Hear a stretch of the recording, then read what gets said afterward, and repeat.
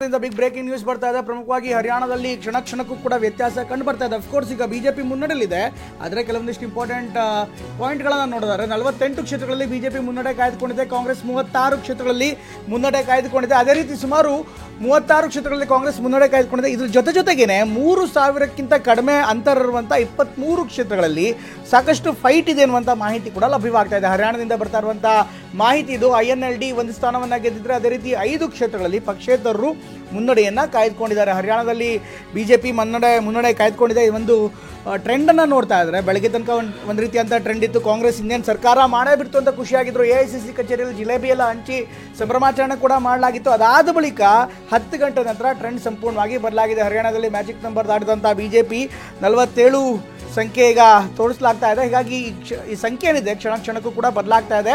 ಬಿಜೆಪಿಯ ಪರವಾಗಿ ಹೆಚ್ಚಿನ ಸಂಖ್ಯೆಗಳು ಬರ್ತಾ ಇರುವಂಥದ್ದು ನಿಜಕ್ಕೂ ಕೂಡ ಅಚ್ಚರಿಯ ಬೆಳವಣಿಗೆ. ಯಾಕೆಂದರೆ ಎಲ್ಲ ಎಕ್ಸಿಟ್ ಪೋಲ್ಗಳು ಕಾಂಗ್ರೆಸ್ ಸರ್ಕಾರ ಮಾಡುತ್ತೆ, ದೊಡ್ಡ ವೇವ್ ಆರಂಭ ಆಗಿದೆ. ಆ ವೇವ್ನ ಪರಿಣಾಮವಾಗಿ ಬೃಹತ್ ಸಂಖ್ಯೆಯಲ್ಲಿ, ದೊಡ್ಡ ಸಂಖ್ಯೆಯಲ್ಲಿ ಸರ್ಕಾರವನ್ನು ರಚನೆ ಮಾಡಲಾಗುತ್ತೆ ಅನ್ನುವಂಥ ಮಾಹಿತಿಯನ್ನು ಎಲ್ಲ ಎಕ್ಸಿಟ್ ಪೋಲ್ಗಳು ನೀಡಿದ್ವು. ಆದರೆ ಚುನಾವಣಾ ಫಲಿತಾಂಶ ಬೇರೆ ಇದೆ ಅಂತ ಒಂದು ಮಾಹಿತಿಯನ್ನು ರವಾನೆ ಮಾಡ್ತಾ ಇದೆ. ನಿಜಕ್ಕೂ ಕೂಡ ಇಲ್ಲಿ ಚರ್ಚೆ ಮಾಡಬೇಕಾಗಿರುವಂಥದ್ದು ಅಂದರೆ, ಹೀಗಾದರೆ ಎಕ್ಸಿಟ್ ಪೋಲ್ಗಳ ಬಗ್ಗೆ ಕೂಡ ಮತ್ತೆ ಚರ್ಚೆ ಆಗುತ್ತೆ. ಇದು ಎಕ್ಸಾಕ್ಟ್ ಪೋಲ್ ಅಲ್ಲ ಅಂತ ಕಳೆದ ಬಾರಿ ಕೂಡ ನಾವು ಮಾತನಾಡಿದ್ವಿ. ಆದರೆ ಛತ್ತೀಸ್ಗಢದಲ್ಲೂ ಕೂಡ ಇದೇ ರೀತಿಯಾದಂಥ ಒಂದು ರಿಸಲ್ಟ್ ನಮಗೆ ವ್ಯಕ್ತವಾಗಿತ್ತು. ಅದಾದ ಬಳಿಕ ಲೋಕಸಭಾ ಚುನಾವಣೆಯಲ್ಲೂ ಕೂಡ ಅಷ್ಟೊಂದು ನಿಖರವಾದಂಥ ಮಾಹಿತಿ ಇರಲಿಲ್ಲ. ಈಗ ಮತ್ತೆ ಅಂಥದ್ದೇ ಶಾಕಿಂಗ್ ಆದಂಥ ರಿಸಲ್ಟ್ಗಳು ಬರ್ತಾ ಇದೆ.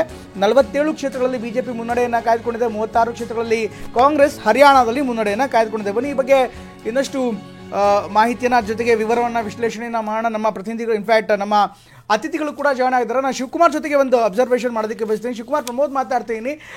ಶಿವಕುಮಾರ್, ಈ ಒಂದು ಡೆವಲಪ್ಮೆಂಟ್ಗಳನ್ನು ಗಮನಿಸ್ತಾ ಇದೆ. ಪ್ರಮುಖವಾಗಿ ಆಗಲೇ ನೀವು ಪಕ್ಷೇತರ ವಿಚಾರವನ್ನು ಗಮನಿಸ್ತಾ ಇದ್ರಿ. ಮತ್ತೊಂದು ಪ್ರಮುಖವಾದಂಥ ಅಬ್ಸರ್ವೇಷನ್ಸ್ ಅಥವಾ ಮತ್ತೊಂದು ಪ್ರಮುಖವಾದಂಥ ವಿಚಾರ ಇಲ್ಲಿ ನಾವು ನೋಡಬೇಕಾಗಿರುವಂಥದ್ದು ಅಂದರೆ, ಬಿಜೆಪಿ ಮತ್ತು ಕಾಂಗ್ರೆಸ್ ನಡುವೆ ಇರುವಂಥ ಒಂದು ವ್ಯತ್ಯಾಸ.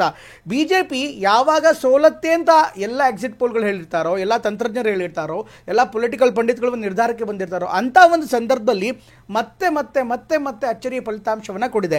ಇದಕ್ಕೆ ಅತ್ಯಂತ ಪ್ರಮುಖ ಕಾರಣ ತಾವು ಏನು ಅಂತ ಅಬ್ಸರ್ವ್ ಮಾಡ್ತೀರಿ? ಒಂದು ಸಂಘಟನೆ ಇರ್ಬೋದು, ಜೊತೆಗೆ ಅವರ ಚುನಾವಣಾ ತಂತ್ರಗಾರಿಕೆ. ಈ ಒಂದು ತಂತ್ರಗಾರಿಕೆಯನ್ನು ಕಾಂಗ್ರೆಸ್ ಬಿಜೆಪಿಯಿಂದ ಒಂದು ಪಕ್ಷವಾಗಿ ಕಲಿಬೇಕು ಅಂದ್ರೆ ಏನು ಕಲಿಬಹುದು ಈ ಚುನಾವಣೆಯಿಂದ?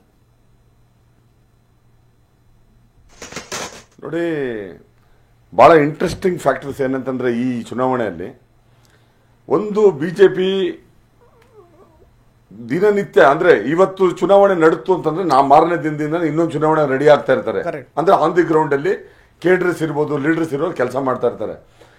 ಎರಡನೇದಾಗಿ ಏನ್ ಮಾಡ್ತಾರೆ, ಸೆನ್ಸ್ ಆಫ್ ಕಾಂಪ್ಲೆಸೆನ್ಸ್ ಬಹಳ ಕಡಿಮೆ.